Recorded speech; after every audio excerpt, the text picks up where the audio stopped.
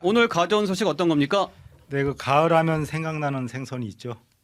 바로 전어인데요. 네, 그렇죠. 네, 고소하고 짭조름한 맛, 참 입맛이 다져지는데 네. 그 집 나간 며느리도 돌아오게 한다는 전어의 맛을 올해는 맛보기가 쉽지 않을 전망입니다. 왜요? 그 노량진 수산에 따르면 10월 2주차 그러니까 18일에서 19일 사이 전어 1kg의 그 평균 도매 가격이 17,600원으로요.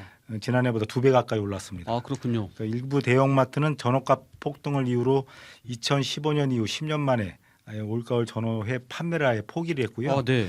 구이용으로만 극소량만 이렇게 판매한다고 해요. 또 다른 대형마트는 물량을 아예 절반으로 줄였습니다. 아, 네. 전어값이 이처럼 오른 이유는 어획량이 확 줄었기 때문인데요. 올 8월까지 어획량은 전년에 비해서 절반가량 줄었습니다. 올여름 너무나 더운 날씨 탓에요. 폐사가 계속된 탓이거든요. 근데 저는 한 14도에서 21도 정도의 수온대에서 서식을 하는데 올해 9월에서 10월까지 해수 온도가 무려 27도나 됐습니다. 네.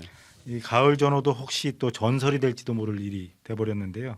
높은 수온을 버텨낸 놈들이라 쫄깃한 식감이 더하지 않을까 싶은데 비싸더라도 먹어봐야 되겠습니다. 그렇군요. 네. 어획량이 절반으로 주니까 가격이 2배로 오른 그렇습니다. 거군요. 네. 다음 소식도 전해 주시죠. 네, 그 최근 서강대 이기진 물리학과 교수인데요. 네. 피를 뽑지 않고 혈당을 측정하는 그 비체열 혈당 측정 임상 실험에 최초로 성공했다고 소식이 전해졌습니다. 네. 네, 현대 뭐 아시다시피 혈당 측정은 피를 뽑아서 이렇게 체열을 해서 하루에 한 5번에서 10번 정도 체열을 해서 이제 계속 체크를 해야 되기 때문에 환자들의 불편이 이만저만이 아니었어요. 네네. 근데 이 교수와 아르메니아 공화국 출신 지라이라 연구원이 그 CCD 카메라를 이용한 동물 실험에서 비체열 혈당 측정에 성공을 한 겁니다. 네. CCD 카메라는 영상을 전기 신호로 분류하는 그 카메라인데요.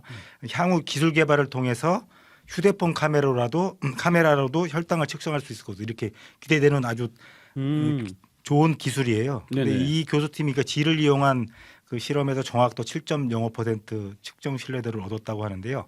이 측정 신뢰도는 수치가 낮을수록 좋은 건데 네. 10% 미만이면 유의미한 수치라고 합니다. 근데 연구 결과는 지난해 28일 날 세계적인 그 학술지에도 게재가 됐고요.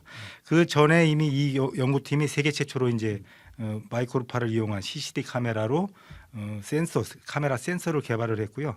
지난 2016년 세계적인 학술지 네이처 커뮤니케이션스에 이 내용을 게재하기도 했습니다. 네네. 근데 하지만 그 올해 과학기술정통부에서 이 후속 과제에 지원을 했다가 탈락을 했어요. 아, 예. 후속 연구가 중단된 상태입니다. 현재는. 네. 네. 탈락 이유는 뭐 정확히 전해지지 않았는데요.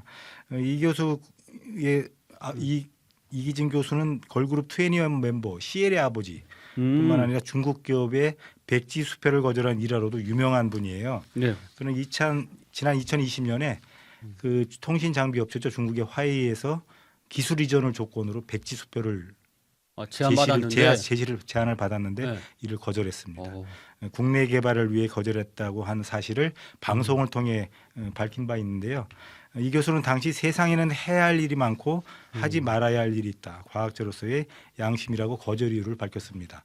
국내 우리 정부로부터 지원을 받아서 연구를 시작했는데 이 기술 이전을 중국에 한다는 건 과학자로서의 양심에 어긋난다는 것이죠. 네. 얼마나 대단한 연구 과제들이 많았길래 이 교수의 과제가 이렇게 정부 심사에서 탈락했는지는 아까도 말씀드렸지만 정확히 알지는 못하겠는데요.